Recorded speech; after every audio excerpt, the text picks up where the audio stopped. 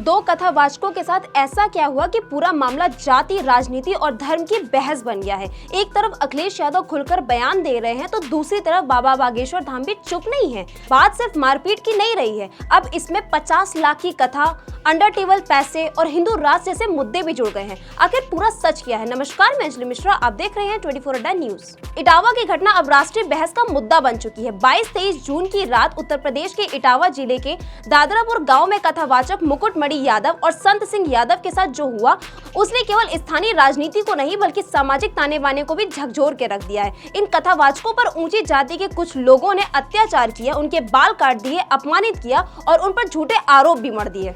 ये घटना सिर्फ दो व्यक्तियों की नहीं है, ये इस बात का प्रतीक बन गई है कि उस दर्द को जो हम समाज के भीतर जाति के नाम पर जिंदा आज भी है। अखिलेश यादव ने जब इस घटना पर प्रतिक्रिया दी तो उन्होंने इसे कला, संस्कृति और मानवता का हमला बताया है। उन्होंने आरोप लगाया कि यह हमला सिर्फ कथावाचकों पर नहीं बल्कि उस समाज पर है जो आज भी जाति सोच में जकड़ा हुआ है। लखनऊ में आयोजित एक प्रेस कॉन्फ्रेंस में अखिलेश यादव ने पीड़ित कथावाचकों को आमंत्रित किया और उनका सम्मान किया। राज्य सरकार ने जमकर हमला बोला। उन्होंने सवाल उठाया कि आज कथावाचन एक ऐसा सेवा है जो एक महंगी वस्तु बन गई है। बड़े बड़े कथावाचक 50 लाख तक की फीस लेते हैं और आम जनता इतनी महंगी रकम नहीं चुका सकती है। बिना नाम लिए अखिलेश यादव ने बागेश्वर धाम वाले धीरेन्द्र शास्त्री पर निशाना साधा है। उन्होंने कहा है कि जांच करवा लीजिए, धीरेन्द्र शास्त्री अंडर टेबल पैसे तो नहीं लेते हैं। इसके बाद सोशल मीडिया पर एक भूचाल सा आ गया। उन्होंने पूछना शुरू कर दिया कि क्या वाकई कोई कथावाचक 50 लाख जैसी भारी भरकम रकम वसूल करता है।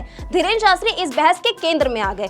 उनके चाहने वालों ने कहा कि उनके कथा कहने का अंदाजे बयान और मंच की भव्यता ही उनकी फीस के आधार है। वही विरोधियों का कहना है कि अब धर्म की आड़ में व्यवसाय चलाया जा रहा है, इसकी जांच होनी चाहिए। इस विवाद के बीच बाबा बागेश्वर धाम यानी धीरेन्द्र शास्त्री ने भी प्रतिक्रिया दी है। उन्होंने अखिलेश यादव का बिना नाम लिए कहा, हाथी चले बाजार, हम तो अपने हिसाब से अपनी सेवा करते रहेंगे। यानी इस बहस से वे अप्रभावित नजर आए हैं। उन्होंने अपने धर्म कार्य को प्राथमिकता बताया है। धीरेन्द्र शास्त्री ने आगे कहा कि जातिवाद देश का सबसे बड़ा कैंसर है और जब तक हिंदू समाज इससे ऊपर नहीं उठेगा तब तक हिंदू राष्ट्र का सपना अधूरा ही रहेगा। उन्होंने यह भी कहा है कि जो लोग जाति के नाम पर समाज को बांटते हैं वे दरअसल देश को कमजोर कर रहे हैं। इधर बीजेपी ने अखिलेश यादव पर पलटवार करते हुए कहा है कि समाजवादी पार्टी ब्राह्मण विरोधी है।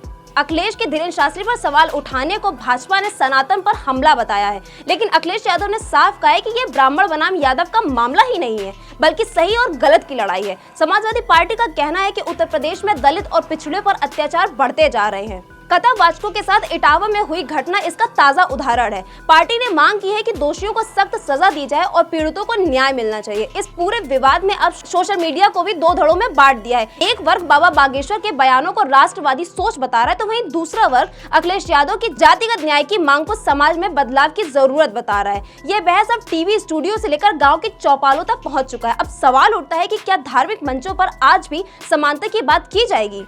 क्या कथावाचकों की फीस तय करने का कोई पैमाना है और क्या जनता को अब धर्म भी अमीर और गरीब के आधार पर मिलेगा?